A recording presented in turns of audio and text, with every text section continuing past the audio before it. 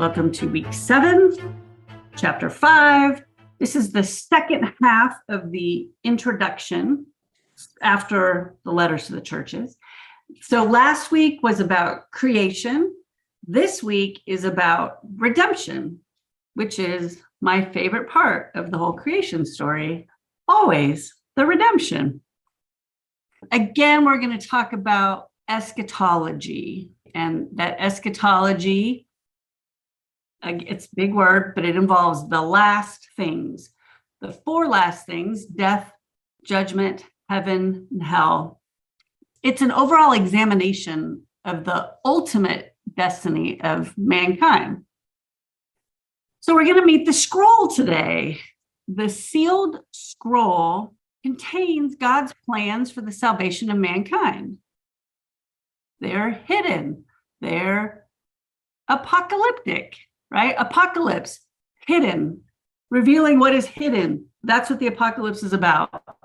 What is hidden? God's plans for the salvation of mankind. It's not even possible for anyone on earth to reveal these plans. Only the risen Christ can open the scroll, right? He's the only one that can reveal these hidden plans of God's. He's praised by the 4 living creatures, the elders, the angels, all of creation. This idea of this hidden scroll or hidden book holding these mysterious plans, of course, is not new. We see our friend Daniel again, Daniel 12:4.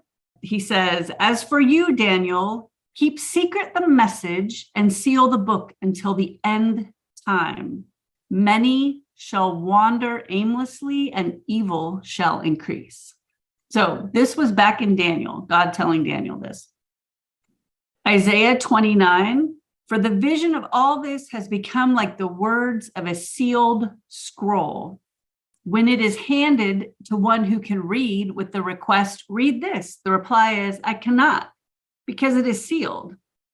So again, contextually, the first readers of John's book, they would immediately have thought of Daniel, and they would have thought of Isaiah. The end times, everyone says, "Oh, be careful, danger, the end is coming." Guess what? It already started. It's been going on for 2,000 years. We've been in the end times. We're in the end times right now. We've been in the end times. This is the end times, yes. So the people who hold the signs in New York or wherever that say, the end of the world is nigh. Yeah, we're there, man. We're in it. We don't need to be scared. We know this is it. They began when the Messiah came. Now Christ can reveal God's hidden plans. The liturgical acclamations that we see all through Revelation, they really reveal the absolute importance, the criticality of Christ's death and his resurrection, and absolutely help to reveal his divinity. So also remember at this time, the receivers of John's book were struggling. Remember, we read about their struggles. We read about the doubts maybe that they faced in their faith, the struggles that they had in their faith. And so John also, was able to relay to them, no, trust in God.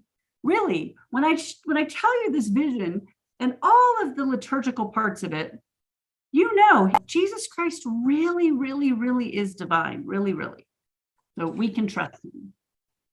All right, so now we will dig on into chapter 5. "Then I saw in the right hand of the one seated on the throne a scroll written on the inside and on the back, sealed with 7 seals. And I saw a mighty angel proclaiming with a loud voice, 'Who is worthy to open the scroll and break its seals?' And no one in heaven or on earth or under the earth was able to open the scroll or to look into it. And I began to weep bitterly, because no one was found worthy to open the scroll or to look into it. Then one of the elders said to me, 'Do not weep. See, the Lion of the tribe of Judah, the root of David, has conquered so that he can open the scroll and its 7 seals. Then I saw between the throne and the 4 living creatures and among the elders a lamb standing as if it had been slaughtered, having 7 horns and 7 eyes, which are the 7 spirits of God sent out into all the earth. He went and took the scroll from the right hand of the one who was seated on the throne. When he had taken the scroll, the 4 living creatures and the 24 elders fell before the Lamb, each holding a harp and golden bowls full of incense, which are the prayers of the saints. They sing a new song. You are worthy to take the scroll and to open its seals, for you were slaughtered, and by your blood you ransomed for God saints from every tribe and language and people and nation. You have made them to be a kingdom and priests serving our God, and they will reign on earth. Then I looked, and I heard the voice of many angels surrounding the throne and the living creatures and the elders. They numbered myriads of myriads and thousands of thousands, singing with full voice, "Worthy is the Lamb that was slaughtered to receive power and wealth and wisdom and might and honor and glory and blessing."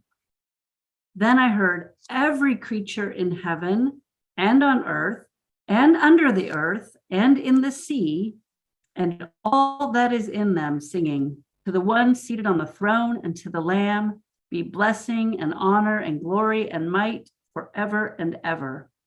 And the 4 living creatures said, "Amen." And the elders fell down and worshiped. So the scroll, finally, do you notice anything in particular jump out at you from those verses? The first thing I noticed was the right hand. The right hand always is the hand of power. And also that the Lamb took it from the hand of God. The writing on both sides of the scroll, also very interesting, because you kind of think, one side is probably blank, one side is written, and then it's rolled up, right? But this has writing on both sides. So the implication there is that it's so full of meaning, it's so important that it has to take up both sides of the page. Very important. Let's see what else. Oh, the 7 seals. Yes. Again, all the seals. Why would we need so many? We need them because 7 is the all-encompassing number. Yep, it means all the things. And so we know that this seal, this scroll with these 7 seals has all the things. It stresses the importance of the message and the fact that it's hidden. It's hard to get into. So another reason for the 7 seals. And the big question, who is worthy? Who is worthy to open that scroll and to break the seals? So that's the same question. I mean, if you're going to open the scroll, you're going to break the seals. But they say it twice, and that's kind of important to note those things. Nothing is here by sheer accident, right? So the author is trying to make sure that we understand this scroll is really, really important. That emphasizes asking that question twice. We know that this is a plan. Who can accomplish this plan? Who can possibly do it? No one in heaven, on earth, or even under the earth could possibly do it. No one. We all know what's written on that scroll. We know it's the plans, God's plans for our salvation. We need to know what those plans are, right? Because when we know, we don't have to be anxious anymore about what's coming. So the author is devastated that there's no one to open this. He's like, come on, I don't want to be anxious anymore. I don't want to live in anxiety. I need someone to open the scroll and tell me what's in here. What is the plan? Which is why he's so upset. And I love that he is told the Lion of the tribe of Judah. Imagine the author's like, yes, a big lion, a big scary lion is going to come and save us from all that's bad. Like, this is going to be great. And I think of probably what so many people expected from the Messiah. They expected the lion from the tribe of Judah. Lion's going to come in and help us out. So that idea of the lion from the tribe of Judah comes from Genesis 49. So towards the end of the book of Genesis, Jacob is speaking to all of his sons. And he says, you, Judah, shall your brothers praise, your hand on the neck of your enemies. The sons of your father shall bow down to you. Judah is a lion's cub. You have grown up on prey, my son. He crouches, lies down like a lion, like a lioness. Who would dare rouse him? The scepter shall never depart from Judah, or the mace from between his feet, until tribute comes to him and he receives the people's obedience. Now remember, the word Judah means praise. So here's Judah, the lion. His tribe was always sent out first into battle. Remember, whenever we go into battle, we praise first. It's always about the praise. That's first. Judah goes first, the lion.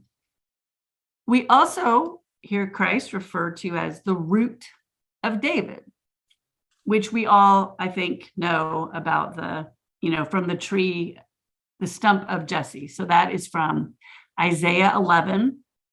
It's a prophecy about the rise of a new king who will embody the ancient idea of Davidic kingship. Because remember, Isaiah is writing in the 600, 700 BC. So hundreds of years before was King David, because he was like around 1000 BC. So Isaiah's like, oh, David was the ideal king. I'm going to describe the Messiah for you in this ancient ideal way of the Davidic kingship. And he says, but a shoot shall sprout from the stump of Jesse, and from his roots a bud shall blossom.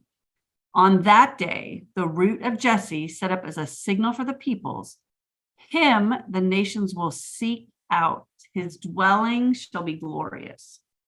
So John's readers, intimately familiar with the Genesis and with Isaiah, they know, they're like, lion, this is the Messiah. We know who's coming. It's going to be a big, scary lion. And it's not. It's a lamb that looks like he's been slaughtered, which also must be how a lot of the Jewish folks felt about the Messiah with Jesus, right? They must have been kind of disappointed. I know you think you're doing some really awesome things. You're saying some really cool stuff. But come on. Where's the Lion of Judah? This is not what we're expecting, which is so one of the many, many awesome things about our God, right? He never works in the way that we expect, ever. We can never pin him down. So, the Lamb. And remember, as we have talked about before, weak does not mean inferior. That was a message that the Israelites of the Old Testament, they live with that idea. Weak doesn't mean you're inferior. That's such an important message from God. Weak, not inferior. And we have to think of that too with the sacrifice. I mean, a slaughtered lamb, what would be weaker than a dead animal? But that's pretty much the weakest. But not inferior, in fact, superior, and not dead, and not slaughtered. Well, slaughtered, but resurrected. Things are not what they seem. Apocalypse means something that's hidden. We're going to lift the veil on something that's hidden. So the lamb, it looks like it's been slain, and yet it is standing upright, victorious. We think, of course, of the Passover lamb. We think in Isaiah of the Messiah being portrayed as the suffering servant, a lamb that is led to the slaughter in Isaiah 53. And we think of the lamb as a sacrifice for sin, of course. But John focuses our attention on the victorious power of the risen Lord, right? When he shows this lamb standing in the center of the vision. He's not on the outskirts. He is the center of the vision. And so John is really focusing our attention on that. Of course, the 7 horns. Horns represent power in a political way. All of the power. 7 eyes, all of the knowledge. We talked about this before with the 7 eyes, to think of them not as God spying on you, but as God watching out for you, keeping an eye on you, making sure that you're okay. And of course, the 7 spirits. We're only in chapter 5, but I feel like every single time we've talked about the 7 spirits, obviously they're really important to John's story, right? The role and the presence of the Holy Spirit is obviously super, super important because we keep talking about these 7 spirits. And through Christ's victory, he reveals this mystery of God. Just him standing there slaughtered reveals what's in the scroll for us. Oh, these were my notes that were going along with all the things that I just said. Yeah, one of these days I'll get the hang of this. Okay, the bowl. So when he took the scroll, and again, he takes it. So this really goes a long way, his actions, to confirming for everyone that he really is God. There is God the Father, there is God the Son, but they are homoousios. They are made of the same substance. Jesus Christ is God, period. Because no one would walk up to God and just take something from God's hand. There's no way you ever would, unless you were God. And then you would be comfortable doing that. That would not be a weird thing. They are equal is not the right word to use, but they are the same. 3 divine persons in one God. So this action of the elders, especially with the harp and the gold bowls, it really makes you feel like you're at a coronation of some sort, this kind of a celebration. And this is, if you imagine the lamb in the middle, this is like the first ring of praise that goes up, the first circle of praise around him. By the fact that they all fell down, that's definitely the highest form of adoration that one could offer. Think of the bread of the presence in the Holy of Holies. So along with the bread of the presence by the ark, there was always a gold bowl with incense offered with the bread of the presence for that weekly unbloody sacrifice. And it represented the prayers that were accepted by God. So here we have the 24 elders with their gold bowls filled with incense, which are the prayers of us, the holy ones. They're all our prayers in these bowls, accepted by God. The harps were an instrument commonly played with psalms. So when they sang the psalms, it commonly accompanied by harp music. And in the psalms, we see that. And I don't know this for sure, but I'm pretty sure they weren't like the giant person-sized harps, that we see today. had portable instruments that they could play the harps on, because I just can't imagine them dragging around those big things. So John here is highlighting the praise offered by both the heavenly church and the pilgrim church on earth, symbolized in those gold bowls. In chapter 15, we're going to see bowls filled with wrath, which is caused by the complaints of the righteous people who are being tormented and martyred. So we're going to see the gold bowls again. They'll be filled with wrath next time. So we'll focus this time on them being filled with incense and prayers instead of wrath. They sang a new hymn. Worthy are you to receive the scroll. Okay, the new song. Christ alone decides the destinies of the world and all of mankind. Christ alone. It's a pretty big job. I would not want that job.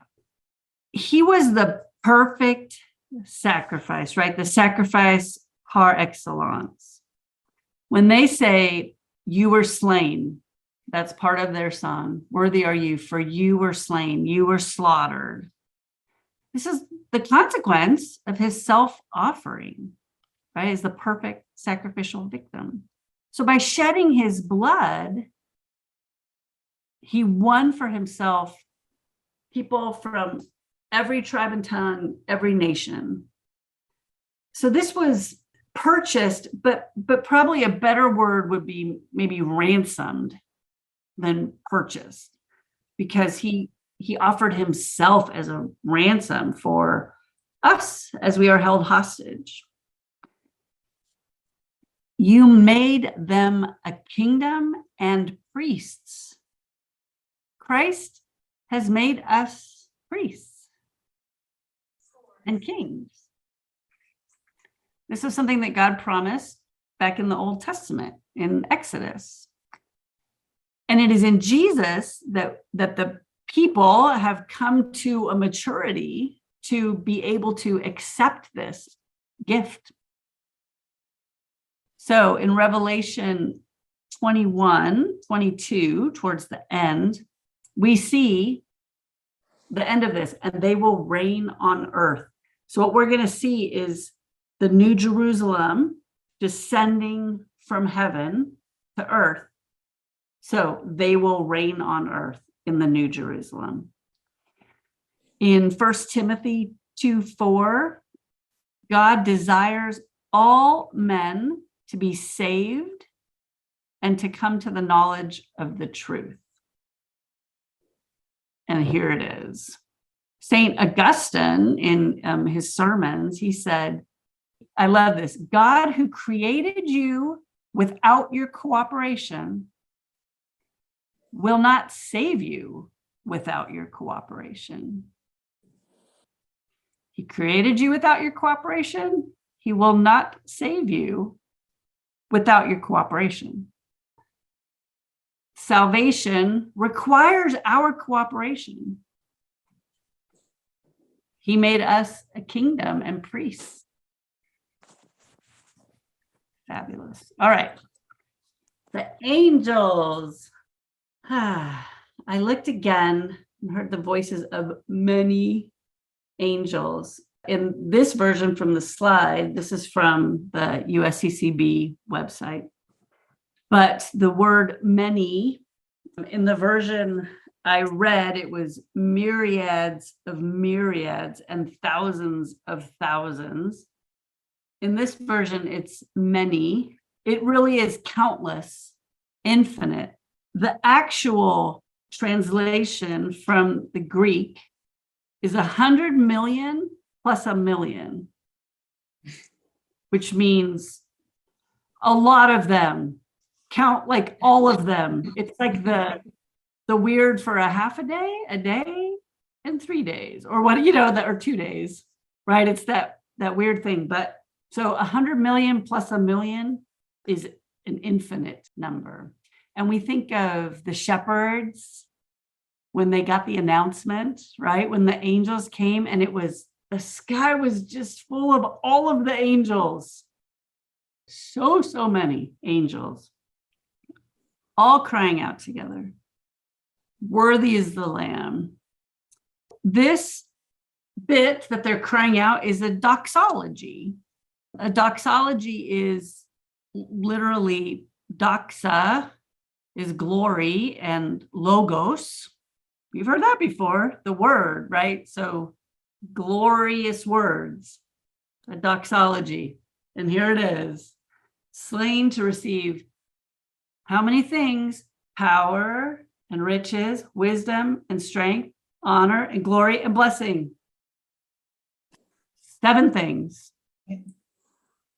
That's on purpose. 7 things, all the things. And they're all the things that are linked to the Godhead. So this further proves and validates that Jesus is God. And this is the second circle around the altar, around the throne, right? So we have the elders and the creatures. We have the angels as another circle around. The angels. Actually, this is so timely. This is part of why I asked if anyone had been listening to Catechism in a year, because yesterday and today, Father Mike talked about angels, because this is the part of the Catechism that we happen to be in. So I'm going to share a little bit about what he has said. These angels offer worship and praise. They put God's plan into action. We're going to see that, and we have definitely seen that. In Exodus 23:20, see, I am sending an angel before you to guard you on the way and bring you to the place I have prepared. There's a long scriptural history of angels interacting with people. Tobit, right? That whole book is just about an angel and what he does, helping them out. Raphael. An angel stops Abraham from sacrificing Isaac. We have a long history of interaction with angels. So the Catechism 329, this is from St. Augustine again. He says their nature, what they are, is a spirit. Their office, what they do, is angel, which I think is very interesting. Angel is what they do. It means messenger. So they are spirits, and what they do is angel. I think that's really interesting. I know sometimes when someone passes, people will say, oh, there's a new angel in heaven. There actually isn't. There's a new saint in heaven. Because the angels are the spiritual beings who are already inhabiting that world. Father Mike also talked about how, we say that man is closely related genetically to chimpanzees, to apes. We're part of that ape family genetically. But we're not just physical beings. We're also spiritual beings. So maybe angels are actually our closest relative. Maybe.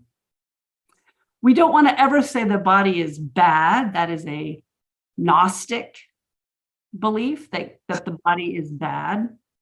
Nothing that God has created is bad ever. But we are both. We are physical and spiritual beings. So yes, we're close to chimps. I also learned recently that we are really genetically close to fungus, which is why if you have Did you say fungus? A fungus, yes. So, which is why if you have to take an oral antifungal medicine, they also have to do all kinds of blood work while you're taking it, because it's just showing us because we're really closely related to fungus. So I just thought that was really fascinating. That's nothing to do with this, but I thought I'd share that. Okay, also from the Catechism, Father Mike talked today about guardian angels.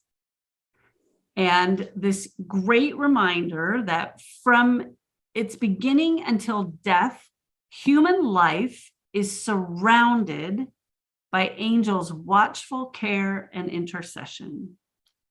Beside each believer stands an angel as protector and shepherd, leading him to life. Already here on earth, the Christian life shares by faith in the blessed company of angels and men united in God. Beautiful stuff. Look in the Catechism if you want to know more about angels, because I didn't even realize that there's so much in there about angels, but super interesting. Okay, and the last verses. Then I heard every creature in heaven and on earth and under the earth and in the sea and everywhere, just like before at the beginning, he searched for someone among all of these creatures who could open the scroll, and then could. At the end, the final circle of praise around Christ is all of creation. We're being redeemed, right? All of us. The third level of praise. And that's what the heaven and earth and under the earth and on the sea, that is like all the things are here, all of them. This song that that creation sings is different from the songs that the angels sang and the songs, that the 24 elders sang, right? Because each one sings a different song of praise. And this song of praise from creation, from us, puts God and Jesus on this very absolute equal footing. And remember, the early church is still working all this out, right? They know Jesus is the Son, God is the Father. We know there's the Paraclete, the Helper, the Holy Spirit, the seven spirits of God. But from a theological standpoint, they're still trying to work it out. They don't fully grasp. We don't fully grasp what that means. I can say those words. It doesn't mean I can really understand those words, right? And so from a monotheistic religion,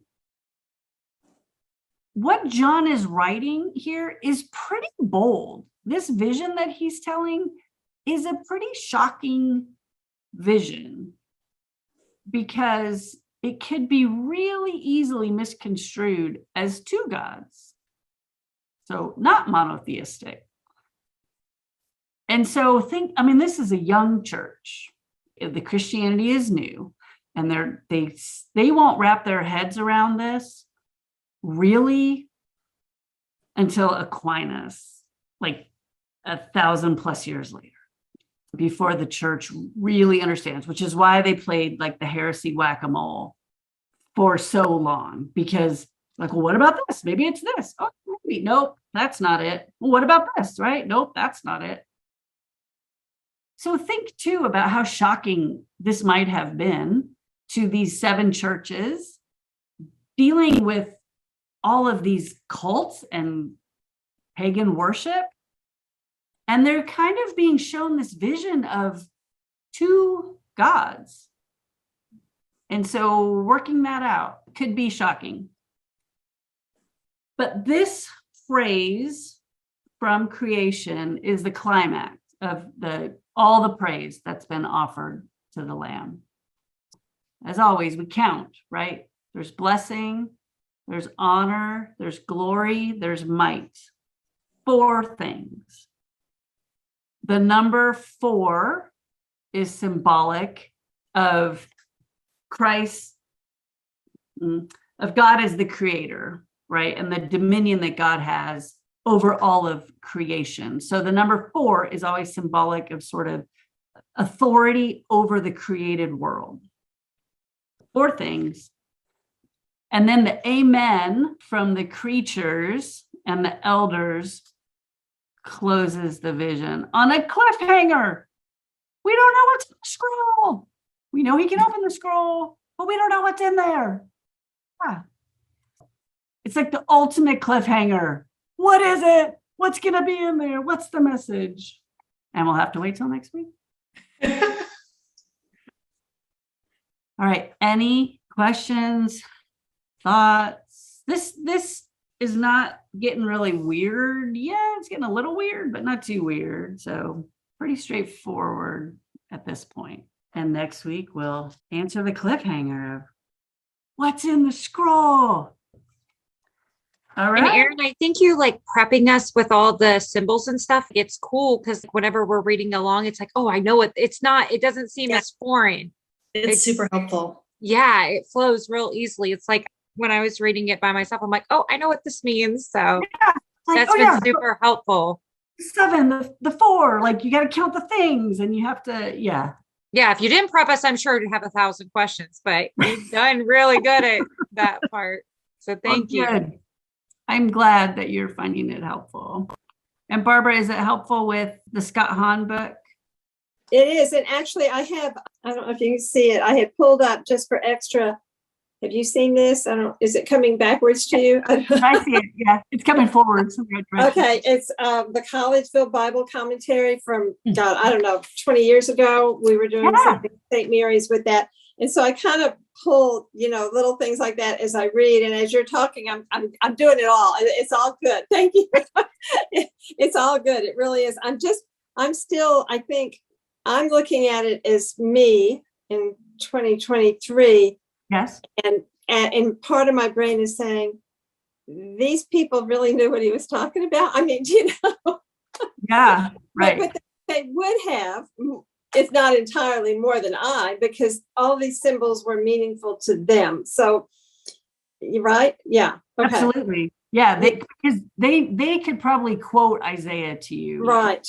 They could quote Daniel. Like Yeah. they absolutely knew Isaiah and Daniel. And it's the same words. Yeah. The same. Yes. So. And so then, Aaron, I had the thought that, as you were saying in that, the final praise from creation. Yeah. Okay. Yep. And that at that point, God and Jesus are put together on equal footing. It's declaring that. And yet it took so long for the church to get to the understanding as much as we can of the Trinity. So I was just thinking this book probably played a pretty strong role for the church fathers and through the councils and right. I mean, they had to go back and look at this and discuss this. This would have been important. Absolutely. This and some of Paul's later writings. Yeah. Okay. Yes. But yes, it's why it was so important for Revelation to be included in the canon, because there's so much theology and Christology in Revelation. Yeah, I can see where this would have been a reference as all these things were discussed and debated and argued about. I can see now, which again, this is my really first foray in depth as you're doing it, not as I'm doing it, but as you're doing it into Revelation. So this is great. Thank you very much. Yeah, if I would have said, what's a book that tells us who Jesus is? Yeah. I never would have said Revelation. I said, Look to one of the Gospels, right? That's yeah. Revelation. Here it is. Yes. Okay. Great Thank you. Great insight. All right. Well, have a fantastic evening. Okay. Thank you, Aaron. Have a good week, everybody. Yep. Thank Bye. you. Thanks, Aaron.